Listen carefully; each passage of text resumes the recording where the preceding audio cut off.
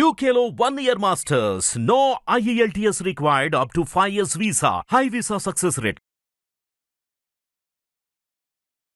Welcome to hit TV. ఈ రోజు మనతో రేవంత్ చల్లమల్ల గారు ఉన్నారు, certified wealth manager. Hi Revanth గారు. హలో అండి. సో చాలా మంది ఇన్వెస్ట్మెంట్స్ చేసేటప్పుడు లోన్స్ తీసుకొని మరి ఇన్వెస్ట్మెంట్స్ చేస్తున్నారు అనమాట. సో ఇది ఎందుకు ఇప్పుడు ఇంత కామన్గా అయిపోయిందంటే, క్రెడిట్ యాక్సెస్ అనేది చాలా ఈజీ. అంటే ఇంతకుముందు మనం లోన్స్ తీసుకోవాలి అంటే ఒక పెద్ద బుక్లెట్ లాంటి పేపర్లు సైన్ చేయడం అదంతా ప్రాసెస్ ఉండేది. కానీ ఇప్పుడు యాప్స్ వల్ల లోన్స్, మొబైల్ యాప్స్ వల్ల ఈ లోన్స్ తీసుకోవడం చాలా ఈజీ అయిపోయింది. అది కాకుండా నాకు తెలిసిన వాళ్ళు కొంతమంది అయితే క్రెడిట్ కార్డులో మనకు 45 days ఇంట్రెస్ట్ ఫ్రీ పీరియడ్ వస్తుంది కాబట్టి అందులో నుంచి డబ్బులు తీసుకొని మరి స్టాక్ మార్కెట్లో పెట్టడము, మళ్ళీ 45 days తర్వాత మళ్ళీ తిరిగి కట్టడం, మళ్ళీ తీయడం, ఇలాంటి చాలా చేస్తున్నారు అనమాట. కానీ తెలియకుండానే అనుకున్న మనకు జరగకుండా లాస్ ఒకవేళ అయిందనుకోండి, అప్పుడు ఈ ట్రాప్లో చిక్కుకుంటారు అనమాట. ఈఎంఐలు కట్టుకుంటూ ఉంటారు. ఎందుకు ఇలా జరుగుతుంది అనేది ఒకసారి చెప్పండి. సో డెప్ట్ ట్రాప్ అనేది మీరు ఇన్వెస్ట్మెంట్ పాయింట్ ఆఫ్ వ్యూలో ఒకటి అడిగారు. నేను దాన్ని కొద్దిగా ఎక్స్టెండ్ చేసి మన పర్సనల్ లైఫ్లో సైకలాజికల్గా ఎన్ని రకాలుగా ఇరుక్కుంటాను కూడా ఒకసారి చెప్తాను. Sure. సో డెఫినెట్గా ఇదంతా ఫైనాన్స్ రిలేటెడ్ కాబట్టి పర్సనల్ లైఫ్ నుంచి ఫస్ట్ మొదలు పెడదాం. Hmm. ఈ డెప్ట్ ట్రాప్ అనేది ఒక కార్పొరేట్ పదం, దాన్ని తీసి పక్కగా పెట్టండి. అర్థమయ్యే భాషలో చెప్పాలంటే అది ఒక రిలేటివ్స్ ట్రాప్, బంధువుల ట్రాప్, సొసైటీ ట్రాప్, ఒక ఫాల్స్ ప్రెస్టేజ్ ట్రాప్. అది status symbol trap, false prestige.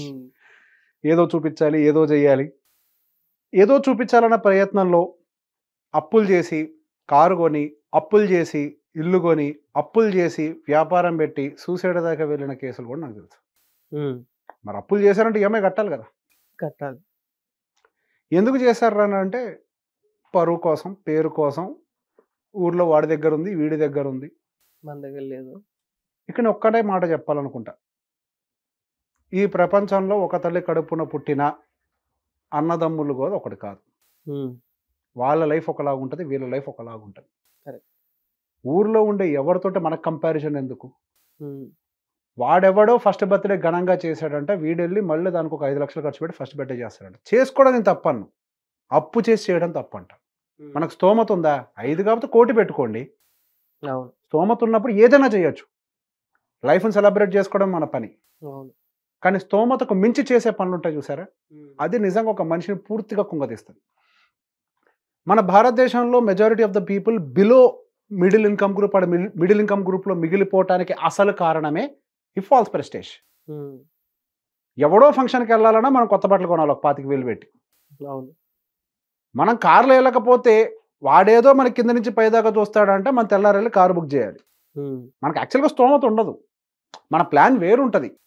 మనం సంపాదించింది ఇట్లా రకరకాల చోట్ల పెట్టుబడి పెట్టి వెల్త్ని క్రియేట్ చేయడం మన టార్గెట్. యాక్చువల్గా వాడెవడో చూసాడని చెప్పేసి మనం కారు కొంటాం. ఎవరో ఇంటికి గృహప్రవేశానికి వెళ్తే మీరు ఇంకా ఇల్లు కొనలేదా అని అనగానే తెల్లారి వచ్చేసి ఇంకో ఇల్లు బుక్ చేస్తాడంట. ఇప్పుడు బేసిక్గా మన సొసైటీలో జరిగే ప్రతి ఒక్క పని ఒకరిని చూసి ఇంకొకటి, అదేంటి కుక్కను చూసి వాత పెట్టుకోవడం ఉంటుంది కదా సామెత, ఒకరిని చూసి ఇంకోటి వాత పెట్టుకుంటూ ఉంటారు. ఇది అదే సామెతతో పనిచేస్తూ ఉంటుంది. మనకెందుకు ఒకరితోటి? ఇదే పాయింట్ అడుగుతా. నువ్వు వాళ్ళని చూసి ఇన్స్పైర్ అయ్యావు, వాడు ఎవరో చెడగగానే ఇల్లు కొనేసావు, ఈఎంఐ వచ్చి కట్టమని చెప్పచ్చు కదా. నువ్వు కట్టలేనప్పుడు ఈఎంఐ కట్టాలిగా. మరి వచ్చి సలహా ఇచ్చాడు కదా, సలహా ఇచ్చినప్పుడు మరి బాధ్యత కూడా తీసుకోవాలి కదా. తీసుకోవడం నీకు తెలిసినప్పుడు మరి నువ్వు ఎందుకు చేసావు? తప్పేవరిది మందే కదా. సో బేసిక్గా ఒకళ్ళు ఏదో అన్నారనో ఒకళ్ళది చూసో మనం ఫస్ట్ దీంట్లోకి వెళ్ళకూడదు. ఆఫీస్లో ఐఫోన్ ఉందని ఈఎంఐలో ఐఫోన్లు కొంటాం. ఇన్ఫ్యాక్ట్ ఎస్ఐపీలు కట్టే వాళ్ళకంటే ఐఫోన్ మీద ఈఎంఐలు ఉండేవాళ్ళు ఎక్కువ మన యంగ్ జనరేషన్లో. ఈ సిచ్యువేషన్ ఎందుకు క్రియేట్ చేసుకుంటాము? మనకి ఏది అవసరం అది చేయాలి. ఐఫోన్ కొనటం తప్పను, మనం ఎఫోర్డ్ చేయగలిగితే ఏదైనా కొనొచ్చు. కానీ మనకు స్తోమతకు మించి చేసే ఏ పనైనా సమస్య. ఇప్పుడు మీరు చెప్పిన పాయింట్కి వస్తా. అప్పులు చేసి స్టాక్ మార్కెట్లో పెడుతున్నారు, అప్పులు చేసి ఎక్స్పోజర్ ట్రేడింగ్ కూడా చేస్తున్నారు, రకరకాల పనులు చేస్తున్నారు. ఇది కూడా అదే సామెతకు వర్తిస్తుంది. ఎవడో సంపాదించాడు అని వాడు చెప్తాడంట, వీడు అదే ప్రయత్నం చేస్తాడంట. నేను చాలామంది దగ్గర గమనించా, వీళ్ళందరూ అబద్ధాలు చెప్పేవాళ్ళే. ఎందుకంటే డేటా ప్రూఫ్స్ ఎవ్రీథింగ్. మొన్న వచ్చిన డేటా చెప్పేసింది అక్కడ సంపాదించినోడు ఎవరు లేడు, 1% వాళ్ళకి కూడా 1,00,000 కంటే ఎక్కువ రావడం చాలా తక్కువైంది. రైట్? వాడు వచ్చినప్పుడు చెప్తాడు నీకు, అంతే. పోయినప్పుడు చెప్పడు. ఆ వచ్చినప్పుడు చూసిన దాన్ని ఇన్స్పైర్ అయిపోయి అప్పు చేసి ఎవరినో నమ్మి ట్రేడింగ్లో స్టాక్ ఇన్వెస్టింగ్లు అని చెప్పి రకరకాలే పెట్టేసుకుంటూ పోతూ ఉంటాం. ఇన్వెస్టింగ్ కానీ ఏదైనా మన వ్యక్తిగత ఖర్చులు కానీ, వ్యక్తిగత అవసరాలు కానీ, ఇన్వెస్టింగ్ కానీ మన స్తోమతలో చేయాల్సిన పనులు ఇవన్నీ. స్తోమతకు మించి ఎప్పుడైతే మనం దాటిపోతామో ఆ ఈఎంఐలు కట్టలేక, అప్పు తెచ్చిన డబ్బులు కూడా మనం ఎక్కడో చోట కోల్పోయి చాలా దారుణంగా ఇరుక్కొని మానసికంగా ఇదైపోతాం. దీనివల్ల జరిగే ఒక పెద్ద ప్రమాదం ఏంటి? మీ కెరియర్ గ్రోత్ ఆగిపోతుంది. కరెక్ట్. ఎప్పుడైతే మీ మైండ్ ఫ్రెష్గా ఉంటుందో, మీ మైండ్ వర్క్ ఫోకస్డ్గా ఉంటుందో, మీ శాలరీ అంచలంచలుగా పెరుగుతూ ఎవరికి తెలుసు మీరు కంపెనీ సీఈఓ దగ్గర కూడా వెళ్తారేమో. హూ నోస్, వెళ్ళిన వాళ్ళు లేరా? చరిత్ర చెప్పట్లే. ఈజీగా హీన పక్షంలో 2-3 లక్షలు సంపాదించే వాళ్ళు ఎంతమంది లేరండి? 3 లక్షలు చాలా కామన్గా వస్తున్నాయి నెలకి. ఇప్పుడు కష్టపడే వాళ్ళకి, ఫోకస్డ్గా ఉండే వాళ్ళకి మీరు ఈ ట్రాప్లో పడి మీ కెరియర్ గ్రోత్ని పాడు చేసుకొని ప్రమోషన్స్ రాక, శాలరీ హైక్స్ రాక, ఈఎంఐల బాధలు పెరిగి, సో ఈ పాయింట్లో అదే చెప్తా, స్తోమతకు తగ్గ పని చేయాలి, ఎవరికి వచ్చిన పని వాళ్ళు చెయ్యాలి. మనది కాని దాన్ని మనం ముట్టుకొని చేతులు కాల్చుకోకూడదు. నిజంగా ఈక్విటీ మార్కెట్స్ ఇన్వెస్ట్మెంట్స్ పెట్టాలి అని అంటే మనకి మిగుల్చుకున్న ₹1 తీసుకెళ్ళి మ్యూచువల్ ఫండ్ లాంటి ఆపర్చునిటీస్ ఉంటాయి, వాటిల్లో పెట్టుబడి పెట్టుకోవచ్చు. You have that opportunities. Stock కొనే పని మనకేంటి? అప్పు చేసి ఎందుకు చేయాలి దాన్ని? Is that a gambling? అనుకున్నారు కాబట్టే పెట్టారండి. మీకు అర్థం కావట్లే. ఇప్పుడు గ్యాంబ్లింగ్ అనుకున్నారు కాబట్టే పెట్టారు. సంపద అనేది రాత్రికి రాత్రి క్రియేట్ కాదు, స్లోగా క్రియేట్ అవుతుందని వాళ్ళకి తెలుసుండుంటే అప్పు తెచ్చేందుకు పెడతారండి. దాన్ని గ్యాంబ్లింగ్ అనుకున్నారు కాబట్టే పెట్టారు. ఇప్పుడు 50,000 పెడితే పొద్దున్న 55 అవుతుందేమో అనుకుని పెట్టారు. అది 55 వద్దులేదు కానీ ఇది మాత్రం 0 గ్యారంటీగా వద్ది. గ్యారంటీగా 0 మాత్రం వద్ది. ఎక్కడైతే మీరు గ్యాంబ్లింగ్ అనుకొని పెడతారో, గ్యాంబ్లింగ్ ఇట్ సెల్ఫ్ సేస్ నేను వస్తా లేకపోతే లేదు. చరిత్ర ఇంకోటి కూడా చెప్తుంది, ఈ గ్యాంబ్లింగ్ దాంట్లో గెలిస్తే ఎవరు గెలుస్తారు? హౌస్ గెలుస్తుంది అంతే. అటు ఆడినోడు ఇటు ఆడినోడు ఇద్దరు గెలవరు. గ్యాంబ్లింగ్ మైండ్ సెట్ తోటి ఉంటాయి. అది స్టాక్ మార్కెట్లోకి వచ్చి గ్యాంబ్లింగ్ మైండ్ సెట్ తోటి ఎంటర్ అయితే నువ్వెందుకు వస్తున్నావు గ్యాంబ్లింగ్ జోలికి? Stock market is not gambling. Stock market has its fundamentals.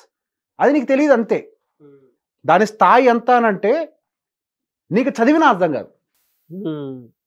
Rocket science మీకు అర్థం అవుతుంది చదివితే, దాని స్థాయి కూడా అది మీకు అర్థం కాదు అంతే. That doesn't mean it is gambling, right?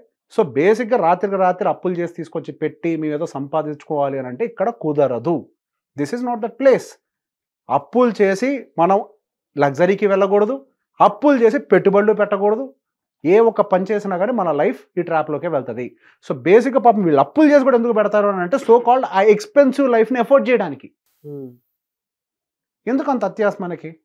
We have to accept the reality first. మనం ఈరోజు ఇక్కడ ఉన్నాం, మన సంపాదన ఇంత, మనం కష్టపడితే యావరేజ్గా యాన్యువల్గా స్టార్టింగ్ స్టేజ్లో అయితే 20, 30, 40% హైక్స్ వస్తాయి బిగినింగ్ ఆఫ్ ద కెరియర్లో. మేబీ బాగా పెరిగిపోయాక 10కి రిస్ట్రిక్ట్ అవుతాయి మా 5 to 10 మధ్యలో. But beginning of the career you have opportunity to grow very fast. నువ్వు దాని మీద పెట్టాలి కదా. నువ్వు అప్పు చేసి ఏం చేయాలి? నీ కెరియర్ మీద పెట్టుబడి పెట్టాలి, 4 సర్టిఫికేట్లు తెచ్చుకోవాలి. అప్పు చేసి ఐఫోన్ మీద, అప్పు చేసి కారు మీద, అప్పు చేసి ఇంటి మీద పెడితే మీకు ఉపయోగం లేదు. నేను ఏవి కొనొద్దాను, అవి మీ లిమిట్లో ఉంటే చెయ్యాలి. ఒకళ్ళని చూసి ఇంకొకరు చెయ్యొద్దు. ఇప్పటిదాకా మీరు ఎవరినైనా ఎగ్జాంపుల్ తీసుకోండి, ఒకటి జీవితం నాశనం అయింది ఇంకొకరితో కంపారిజన్ వల్లే. ఆ కంపారిజన్ లేకపోతే మన దగ్గర ఎవరు నాశనం కాడు. మన దేశంలో లాగా వెస్ట్రన్ కంట్రీస్లో కూడా మనుషులే బతుకుతున్నారు. యుఎస్లో కూడా మనుషులేగా బతికేది. అక్కడ ఎందుకు వెల్త్ రేషియో ఎక్కువ? పక్కన పట్టించుకోడాడు. వాడు ఏం చేసినా వీడికి అనవసరం, వాడు ఏం చేసినా వీడికి అనవసరం. వీడు ఏం చేయాలనుకుంటున్నాడు అదే చేస్తాడు. నేను రిలేషన్స్ ఉండొద్దు అన్నట్లేదు. That is different, this is different. మన లైఫ్ మీద ఒకళ్ళ ఇంపాక్ట్ పడకూడదు. వాడు ఇంపాక్ట్ క్రియేట్ చేశాడని అంటే మనం ఓడిపోయినట్టు. గెలిచింది వాడు యాక్చువల్గా. నువ్వు ఒప్పుకున్నావు నేను ఓడిపోయాను అని. ఇది కదా మైండ్ సెట్ అంటే. కానీ మనం ఏం చేస్తాం? సరెండర్ అయిపోతాం వెంటనే వెళ్ళి, వాడు చెప్పింది కరెక్టే మనం ఇది చేయాలి అని. వాడి కండిషన్ వేరు, నీ కండిషన్ వేరు. ఎందుకు కంపేర్ చేస్తాం? స్క్రాచ్ నుంచి ఎక్కడికో ఎదిగినోడు లేరా మన చరిత్రలో? కష్టపడ్డాడు ఎదుగుతాడు. ఒక ఫ్యాక్ట్ ఏంటి అని అంటే ఇప్పుడు ఉన్న మిలీనియర్స్లో వచ్చిన majority of the people scratch నుంచి వచ్చిన వాళ్ళు, అంటే కింద నుంచి వచ్చిన వాళ్ళే, సొంతంగా బిల్డ్ చేసిన వాళ్ళే. అట్లా పేరెంట్స్ నుంచి వచ్చిన ఆస్తులతోటి బిలీనియర్స్గా ఉన్న వాళ్ళు చాలా తక్కువ. కింద నుంచి వచ్చిన వాళ్ళే ఎక్కువ. అందరికీ ఆపర్చునిటీ, సెల్ఫ్ మేడ్, అందరికీ ఆపర్చునిటీ ఉంటుంది. అది ఎప్పుడు జరుగుద్ది అని అంటే వాడిని చూసి మనం ఏడవనప్పుడు. అది కూడా తప్పదు, మనం ఏడ్చాం కదా. అవును. సో బేసిక్గా మన మైండ్ సెట్ని పాజిటివ్గా పెట్టుకోవాలి. మనం ఎక్కడ పెట్టుబడులు పెడుతున్నాం, ఎవరి కోసం చేస్తున్నాం, ఏ ఆబ్జెక్టివ్తో చేస్తున్నాం, ఈ క్లారిటీ ఉందంటే అప్పులు చేయం. అప్పు మంచిదే, అది ఏ పర్పస్తో చేస్తున్నాం దాన్ని బట్టి. ఒకరిని చూసి వాత పెట్టుకోవడానికి అయితే అప్పు మంచిది కాదు. వ్యాపారం బాగా చేసే అవకాశం నీకు ఉంది, like you have good skill, ఒక టీమ్ లీడర్ అయిపోయావు, ఒక మేనేజర్ అయ్యావు, you know how to manage team, you know how to address client, అన్నీ తెలుసు, స్టార్ట్అప్ పెట్టుకో, తప్పులేదు అప్పు చేసి. అప్పు చేయకుండా ఎవడు ఎతకడు కదా. మంచి కమర్షియల్ ప్రాపర్టీ ఆపర్చునిటీ వచ్చింది, దాని మీద మంచి రెంటల్ ఈల్డ్ వస్తుంది, డోంట్ మిస్ ద ఆపర్చునిటీ, వెంటనే కొనేయండి. దాని నుంచి క్యాష్ ఫ్లో వస్తుంది కదా, అది వ్యాపారం ఉంటే. నీకు ఇల్లున్నా లేకపోయినా నష్టం లేదు. మన దేశంలో ఇప్పుడు కొత్తగా బిల్డ్ అయిన ఏ బిలియనియర్ దగ్గర సొంత ఇల్లు ఉండదు. జీరో ద ఫౌండర్స్ సొంత ఇల్లా? రెంటెడ్ కాదు కదా. ఇండిమనీ ఆయన సొంత ఇల్లు ఏదో కొనుక్కున్నాడు కానీ హీఈస్ నాట్ ఆల్సో హ్యాపీ. ఆయన అదే చెప్తాడు, నేను చేసిన అతిపెద్ద తప్పు ఏంటంటే సొంత ఇల్లు కొనుక్కోవడం. కొనటం తప్పు కాదు, వాళ్ళ ఇన్వెస్ట్మెంట్ మైండ్ సెట్స్ అలా ఉంటాయి. ఎవరైతే ఇన్వెస్ట్మెంట్ పర్స్పెక్టివ్లో చూస్తారో రైట్ ప్లేస్లో ఇన్వెస్ట్ చేస్తారు. If you have emotion of buying a house, yes we can buy if you can afford. మనం దాన్ని ఎఫోర్డ్ చేయగలిగితే కొనొచ్చు. If not no. ఒక్కడిని చూసి మనం చెయ్యొద్దు ఏ పని కూడా, సర్వనాశనం అయిపోతాయి జీవితం. చాలా బాగా చెప్పారు సార్. అంటే ప్రతి ఒక్కరు కూడా ఈ వీడియోతో రిలేట్ అవుతారనమాట. ఎందుకంటే కామన్ మిస్టేక్స్ అనమాట to fall in debt trap. So తప్పకుండా ఇలాంటి ఇంట్రెస్టింగ్ వీడియోస్ కోసం మన ఛానల్ని సబ్స్క్రైబ్ చేసుకోండి, వీడియోని లైక్ చేసి ప్రతి ఒక్కరితో షేర్ చేయండి. Thank you sir. Thank you. Hit TV app ని డౌన్లోడ్ చేసుకోండి. ఇందులో short news, live news, entertainment movies అన్ని అవైలబుల్ గా ఉన్నాయి. Please download Hit TV app. Hit TV app hit TV యాప్ని ఫ్రీగా డౌన్లోడ్ చేసుకోండి.